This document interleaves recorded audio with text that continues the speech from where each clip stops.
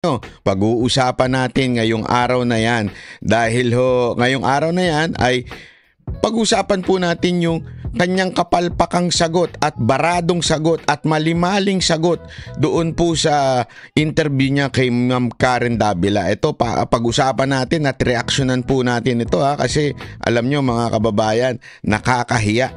Nakakahiya dahil una sa lahat, ikaw ay isang kongresista. Ikaw po ay isang public servant ika nga ng bayan natin, and yet you are caught na tila nagsisinungaling, tila natataranta, tila nabubulol, tila hindi makasagot ng diretsyo. Tapos, aside from you are a public servant, you are the so-called bishop. Naku po, pambihirang buhay, Ireo.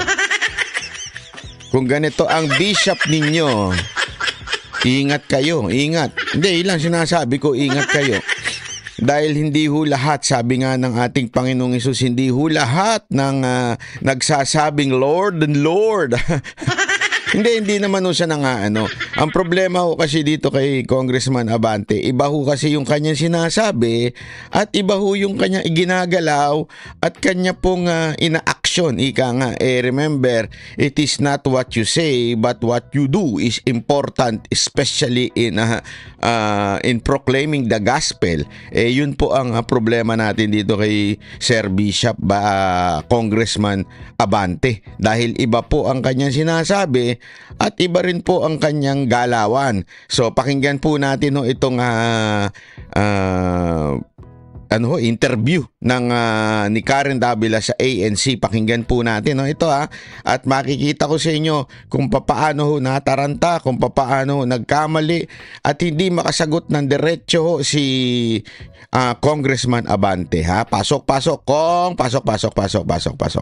So let's go straight to the point. Did you and Representative Dan Fernandez instruct Police Colonel Hector Grijaldo to confirm the reward system in Davao, in effect asking him to lie?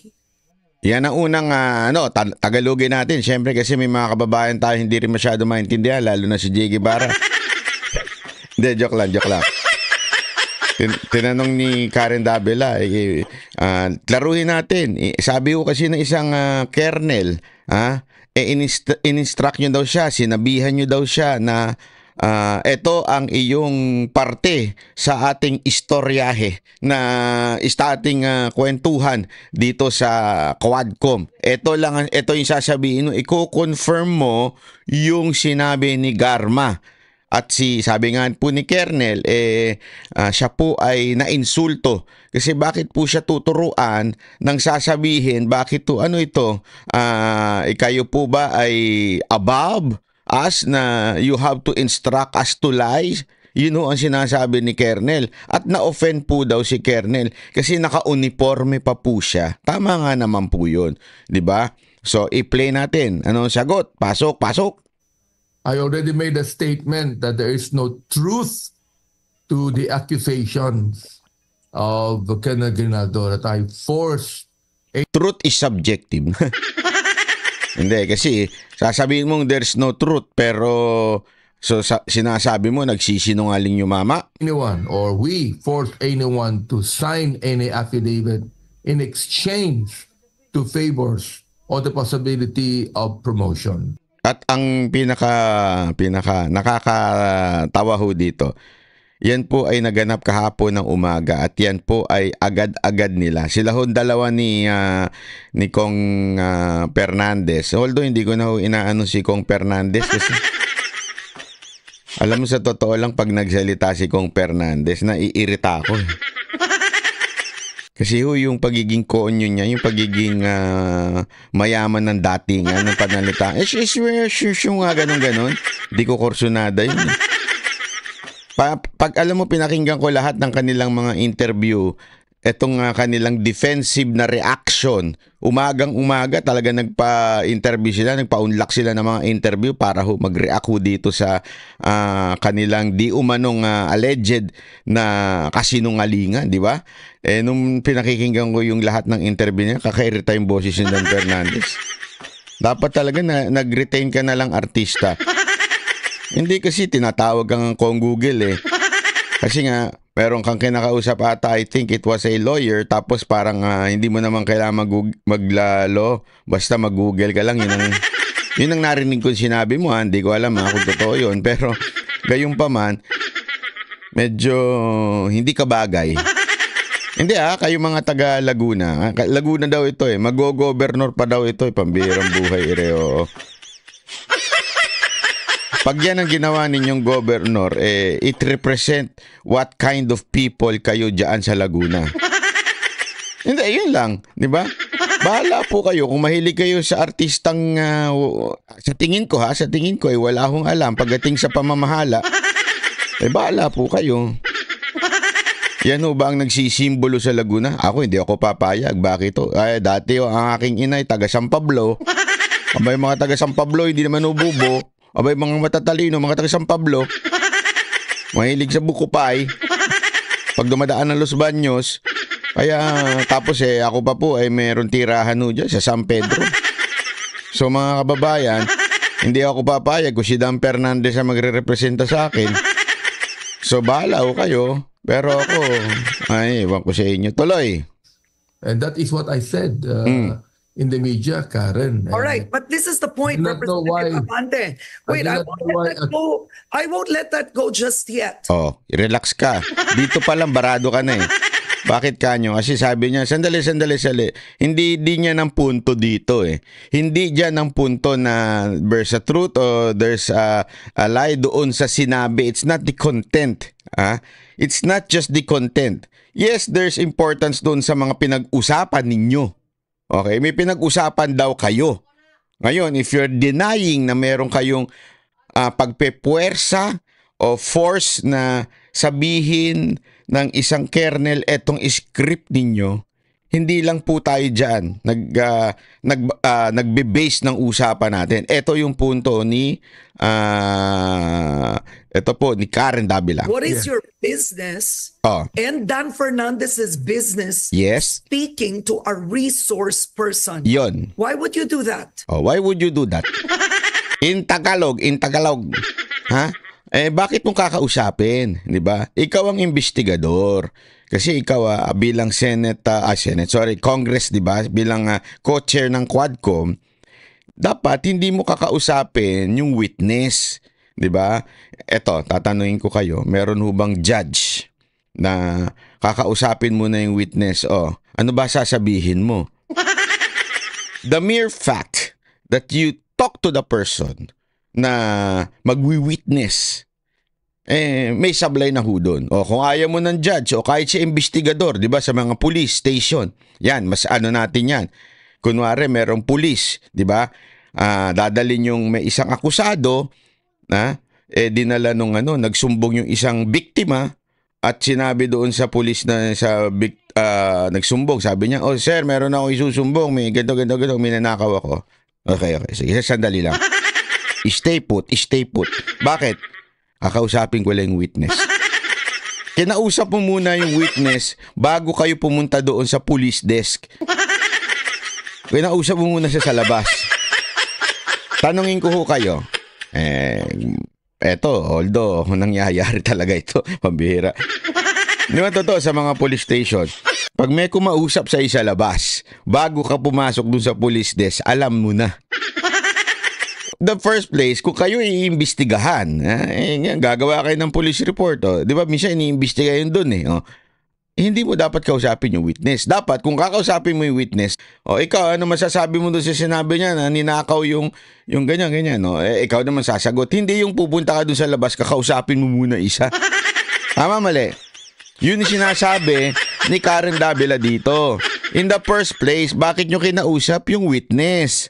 Tuloy, tingnan ninyo kung paano matataranta itong si Abante, ha? He was actually a classmate of Colonel Garma. And Colonel Garma asked us if we can talk to Colonel Grijaldo because he has something to say. So, na gano'n naman kami, okay, we talk to him. But what you did was wrong. That immediately put color and bias into the resource persons. What is the business of two representatives Yari ka doon, Abante. What you did was wrong. Nasupla ka ngayon, ha? Mukhang natuwa ako kay Miss Karen Davila ngayon, ha? What you did was wrong. Tama naman. speaking to a police colonel who is meant to be under oath, give his testimony? You should not have spoken with him. Correct. No, he was not out under oath in the Senate, yes. But when we talked to him, we were talking to him in response to what Colonel Garma said. Na, So, ang pinaka-alibay nito, sabi daw ni Colonel Garma, yung babaeng iyak ng iyak diyan, kausapin daw ho itong itong witness. Yan ang paulit-ulit na sagot ni Abante. Yeah, paulit-ulit niya yung sinasagot. Pero hindi niya sinasagot yung tanong. Maliho yun. Maliho yun. Nakakausapin niyo witness. Yun ang sinasabi ni Karen Davila. Mali. Bakit? Bakit ninyo kinausap? Ang sagot na naman, dahil kasi kay Garma. So parang ang dating, kasalanan pa ni Dharma. Hindi ba? Kasalanan pa ni Garma na kinausap nyo. Kung kahit naman, utusan kayo ni Garma? Sunod-sunuran kayo kay Garma? Yun po ba ang, akala ko, sinuspen nyo nga yan, hindi nyo nagustuhan yung sagot, tapos kinabukasan, pinalitan eh.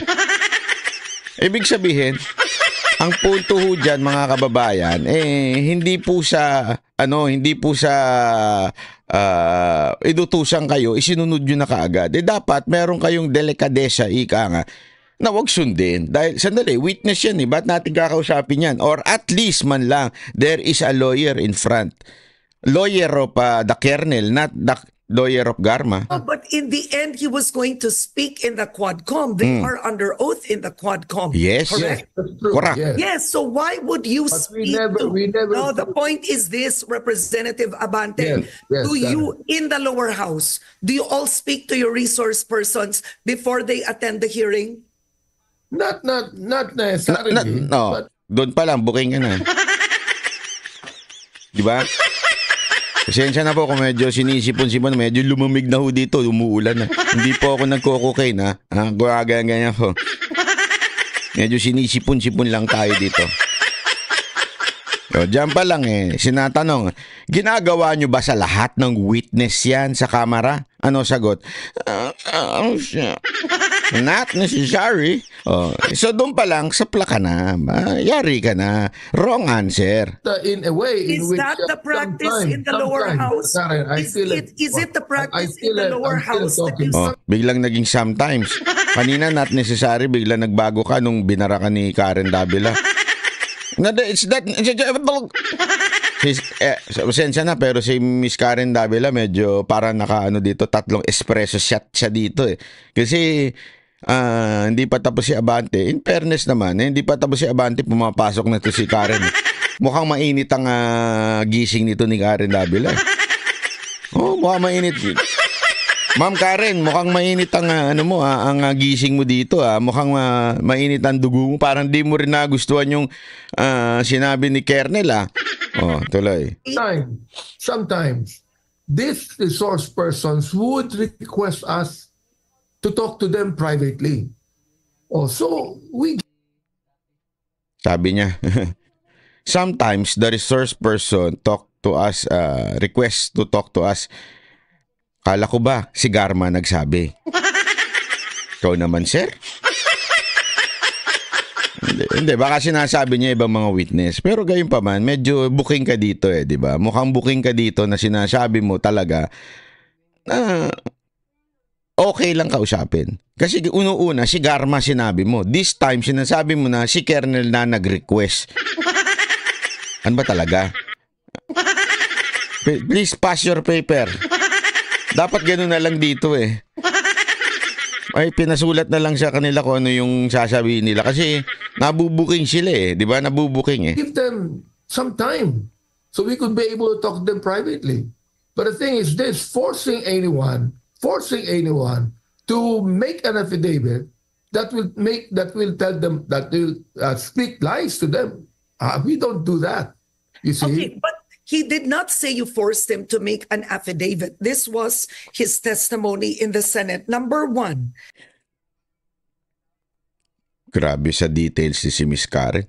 Kasi sinasabi nito tama naman Actually, half-truth yun Bakit kanyo half-truth? Misleading ika nga. Bakit kanyo? Ang sabi ni Abante, hindi namin siya pinwersa na gumawa ng affidavit. 'Di ba? Tama. Ngunit mali. Bakit kanyo? Hindi naman yan na sinabi ni Kernel Ang sinabi ni Kernel sa Senado, tinuro yung sasabihin. Walang sinabi doon na pinagagawa ako ng affidavit na ako daw ay parang sumasang-ayon na merong EJK o whatsoever. Walang ganong sinabi si Kernel. So tama yung sinasabi ni Abante. Ang problema, hindi yun ang issue dito Hindi ang issue dito kasi kaya nga tinasabi ko sa inyo, it is easy to lie. Alam mo yon pagka sasabihin mo ng konti yung katotohanan. Bigyan ko kayo ng sample. Yung mga asawa ninyo. O, di ba? Pag tinanong nyo bakit late dumating, sasabihin ninyo, pasensya na kasi nag-overtime ako sa opisina dahil sa marami kong ginawa. Tama naman sagot niya. Hindi siya nagsinungaling. But, that's the half-truth. Hindi yun ang tinatanong ng asawa mo. Ang tinatanong ng asawa mo, bakit ka na late? Anong ginawa mo? Tama na, di ba? Hindi niya sinagot na, nag-overtime ako sa opisina kasi yung sekretary ko, minasahe-masahe ako Tama, mali. Di ba? Yun yung the whole truth. Ika nga. So, ibig kong sabihin lang mga kababayan, you can be not lying by just telling the half-truth. Di ba? That's the half-truth Yung, nag-overtime ako sa opisina kasi may trabaho ako. Tama, mali. Pero hindi niya sinasabi na tinatrabaho pala siya ng sekretary niya. Tama, mali. Parang ganun na sinasabi ni Abante. Hindi namin siya pinagawa ng affidavit para magsinungaling. Tama naman yun, sir. Ngunit datapat subalit. Hindi naman yan ang tinatanong Dahil yan ang unang-una sinabi ni Kernel ay itinuro mo yun, sorry, not you, but Dan Fernandez. Tinuro ni Dan Fernandez di umano yung kanyang parte dun sa script. Walang sinabing affidavit. Okay? So the point here, are you telling or making a lie by saying na eto sabihin mo? Hindi masagot ng diretsyo ni Abante. Naku po, patay tayo dyan. Naboom ko na ka dyan. Nayari ka, sir. Number one, he said first that Congressman Dan Fernandez put the paper he was holding in the table at sinabi, yung paragraph na yun, yun ang affidavit ni Colonel Garma. Buti pinoint out ni Karen Davila to. Palakpakan naman natin si Karen Davila. Kayo naman. Hindi, tama. Buti sinabi ni Karen Davila to na hindi naman niya na sinabi. Ang sinabi, nilagay yun daw yung papel sa harapan niya at pinoint out ko ano yung sasabihin. Sir, yun ang sinabi. Huwag niyo iniiba usapan. Sinabi niya, ikumpirma mo na alam mo ang reward system. In other words, it appears that you were not objective, both of you, that you were in effect influencing a resource person to corroborate Garma's testimony. No, we're not. Accusation niya. We're not influencing him. We're just asking him because it was Colonel Garma who actually told us, can you please talk to Colonel Grad because he's my class. Regardless, this is not the point. Regardless. But the point is, did you speak to a resource person, two representatives, a resource person in private without his lawyer? Did you do that? No, there were two lawyers there. His lawyers.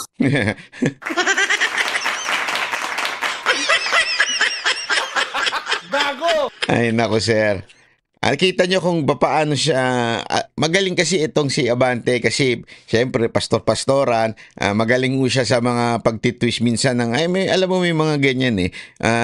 Hindi ko naman siya sinilalahat ng pastor o kaya hindi ko nilalahat sa lahat ng pare o di kaya church leader o whatever religion you have. Pero minsan pagka ikaw ay magaling ka magpalusot di ba? Ito, kita nyo tinatanong, di ba? Una-una, walang lawyer Bakit walang lawyer? Lawyer present at that moment. Ang sagot ni Abante, merong dalawang lawyer. Tama naman may dalawang lawyer. That is not a lie. May lawyer naman talaga dun But it is not the lawyer of the kernel. Di ba? Alam mo sir, sa totoo lang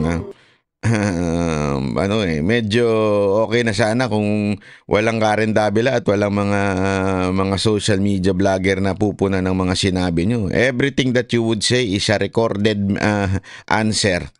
He could be able to call his lawyer too if he wanted to. No, that's not the point. When you spoke with him, parang dinadating, pwede naman yung tawagin yung lawyer niya if he wanted.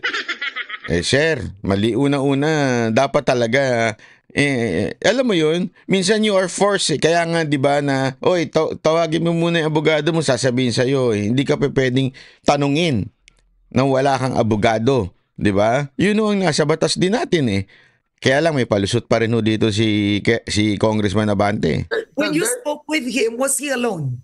The point is this, Karen. No force was given. The point is this. We did not tell him. We did not actually force him to make an affidavit. We did not... Walang... Sir naman, hindi naman yung sinasabi yung gumawa ng affidavit